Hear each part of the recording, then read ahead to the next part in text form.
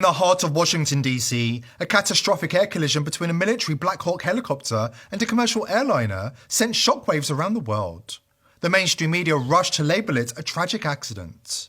But as the investigation unfolds, mounting evidence is revealing a far more sinister truth. Eyewitness accounts, conflicting reports, and strange actions by key players point to a clear conclusion. This was a carefully orchestrated strike, a targeted operation designed to eliminate a powerful figure on the verge of exposing dangerous secrets. Secrets the deep state would stop at nothing to keep buried. Now, military whistleblowers have come forward, confirming what many had feared. This wasn't an accident, it was an assassination. Last week, the northern Florida Gulf Coast got slammed with 7 inches of snow. Today, it's a balmy 68 degrees. Now tell me, does that sound natural to you? The elites aren't even hiding it anymore. In 2025, the message from the global elite is loud and clear. Expect manipulation, expect control, and expect pure, unfiltered bullshit. We warned you last year that Obama's Netflix film Leave the World Behind was blatant predictive programming, a carefully crafted warning disguised as entertainment. Predictive programming isn't just about foreshadowing events, it's about conditioning the public, normalizing chaos, and priming us to accept whatever comes next without resistance. And now the so-called coincidences are piling up. One by one, the scenarios depicted in the film are creeping into reality. Was it just a thriller, or was it a message? You decide.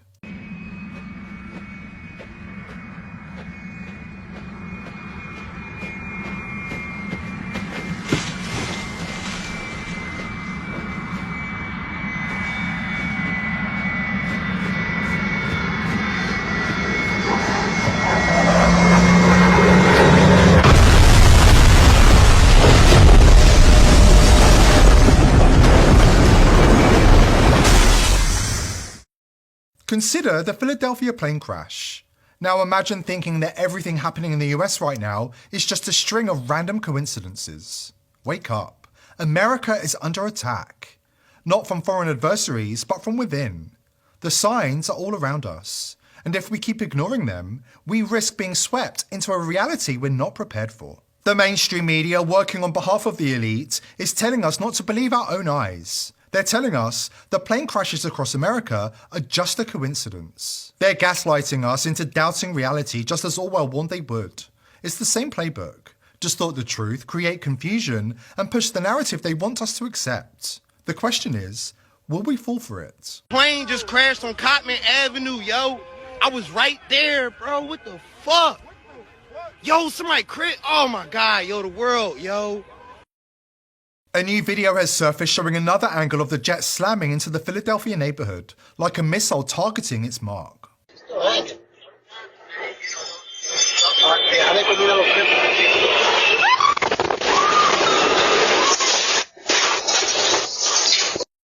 This is nightmare fuel. It's hard to wrap your head around the sheer devastation, but even harder to ignore the eerie feeling that something bigger is at play here. Especially when you take into account everything else happening across the country, and the fact that the flight path of the Black Hawk helicopter in DC shows that it appeared to be deliberately on a collision course with other aircraft before the devastating collision.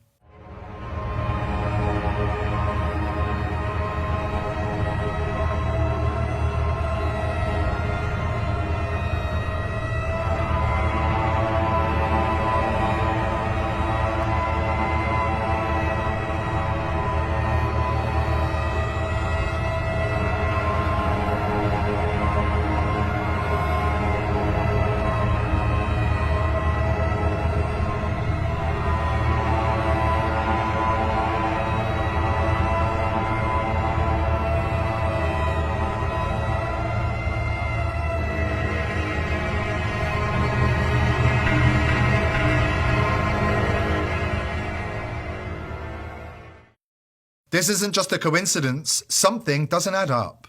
Especially when you add to the fact that air traffic controllers warned the US Army helicopter that it was on a collision course with a passenger jet before the crash, but the crew didn't change direction. S25, get the CRJ in sight. S25, F1 is CRJ. S5 has a aircraft in sight, precedent separation. Separate. 472, Washington Tower, 1 star, 32017. 472, American 3130, go around, turn left in 250, claim maintain 3000. This raises some serious questions. Why didn't they respond to the warning? Was this just a tragic mistake, or is there something more to this than we're being told? Take, for example, the fact that CNN had pre-written articles about the DC crash published online before it even happened. Now, they're denying it, just like the BBC denied announcing the collapse of the World Trade Center on 9/11 before it occurred. But here's the thing, plenty of people have receipts. The proof is out there, and they can't hide it forever. So, what's really going on here? And why are the mainstream media trying so hard to cover up the truth? A big clue lies in the fact that the Black Hawk helicopter didn't have its transponder on, and it was listed as Priority Air Transport, or PAT. This designation means there was a high-ranking military official on board, someone the authorities are refusing to identify, and the media is desperately working to keep hidden. This explains why the doomsday plane, the E-4B, was scrambled and headed straight for the area of the Black Hawk plane crash near the Potomac River, just outside Reagan National Airport. The E-4B is no ordinary aircraft. It's a survivable command, control and communication center built for scenarios involving national emergencies or even nuclear threats. Why was it dispatched to the crash site? What was the real nature of this event? And why are they pulling out all the stops to stage manage it? As Google whistleblower Zach Voorhees pointed out, there are just too many coincidences for this collision to be written off as an accident. The evidence is stacking up. It was an assassination attempt. What are your thoughts on this incident? I think it was deliberate. With a bunch of other stuff, it just seems that it's over and over and over deliberate. Look, the airspace is not like a driving space, which is 2D. Airspace is 3D. The chances that two things collide in midair is actually very, very low. When I watched the video, it just looked like the helicopter was deliberately heading towards the airplane. Looks like it was some sort of an assassination attempt. And so I would expect that the flight list on who was on that airplane is going to be very, very interesting. Yeah, do you think they're going to delay the release of that? Do you think they're going to hold on to that for as long as they can? Because there's already public outroar to get that list out. Usually with these things, they release fake information that contradicts itself over and over and over again. Drip, drip, drip, drip, drip, drip. And then maybe, a couple of years from now, they'll give us a disclosure. But I think that what's going to happen is that they're going to flood the information scape. That's certainly what I would do if I was a propagandist working for the state. I would just put out a whole bunch of false conspiracy theories. So if you see a bunch of false conspiracy theories that, verge on ridiculousness, then that's your tell that this was a planned operation and that this information is being deliberately pushed out through social media. Yeah, one thing I noticed was the Wikipedia page for this thing popped up very quickly and was fully detailed with a laundry list of references. And when you check when the actual wiki was updated, it was something like a few hours, like just a few hours after the incident happened. And it's a fully detailed history of the mid-air 2025 collision in Washington, D.C. And I just found that there was a little bit too much information coming out a little too fast. The fact that nothing adds up, yet the media are asking us to disbelieve what we're seeing with our own eyes, that's the tell. This isn't just an accident. There's an operation in motion, and the stakes are incredibly high. And then there's the question of how the Black Hawk even did this in the first place, because there were supposedly 3 people on board, although the divers apparently didn't find any bodies, and the Black Hawk can be remote controlled if needs be. So, and apparently it flew out of Langley or near Langley, like the flight path leads back to Langley. So there's red flags written all over this. According to a military whistleblower, a high-ranking official was taken out, someone who is actively investigating key members of the COVID cabal, seeking justice for their crimes against humanity. We have all the details after this important word from our sponsor. The global elite are wounded and cornered, and now they're pulling out all the stops to regain control. They've instructed legacy media to work overtime, flooding the airwaves and the internet with distractions and lies to distract the public and control the narrative.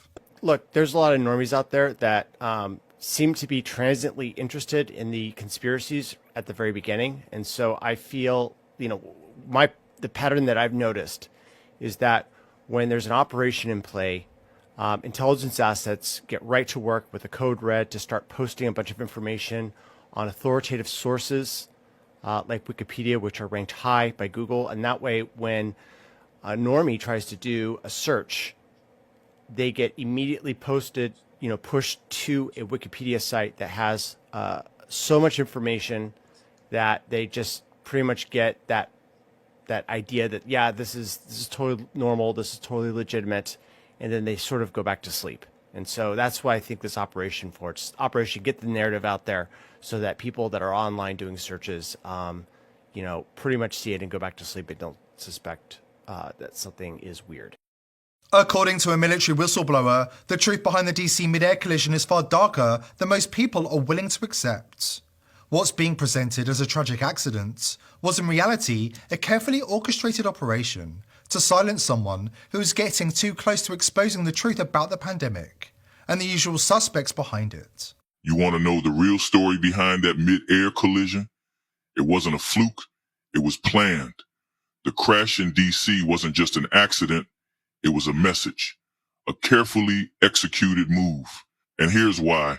Someone in the military, someone high up, was getting too close to the truth, too close to exposing what really happened during the pandemic and who was pulling the strings behind it all. He was on the verge of revealing the truth about Bill Gates and Tony Fauci, the ones who used the pandemic not just as a global crisis, but as an opportunity to solidify power, profit, and control. This person was actively working to bring these individuals to justice, but they couldn't let that happen. So they orchestrated a plan, a very public, very violent spectacle that would distract the world, shift the narrative, and bury the investigation. The media, they're all in on it. They're covering it up, twisting the facts, and making sure no one asks the right questions. They're playing their part just like always. But this isn't just about silencing one person. It's part of a bigger agenda, one where the power brokers, the ones in the shadows, are fighting to regain control. They'll stop at nothing to keep their grip on the system, to prevent the truth from ever seeing the light of day. You want to know what's coming next? More carnage, more bloodshed, total chaos. This is just the beginning. They're at war with the new administration, and they won't hesitate to escalate things until they get what they want.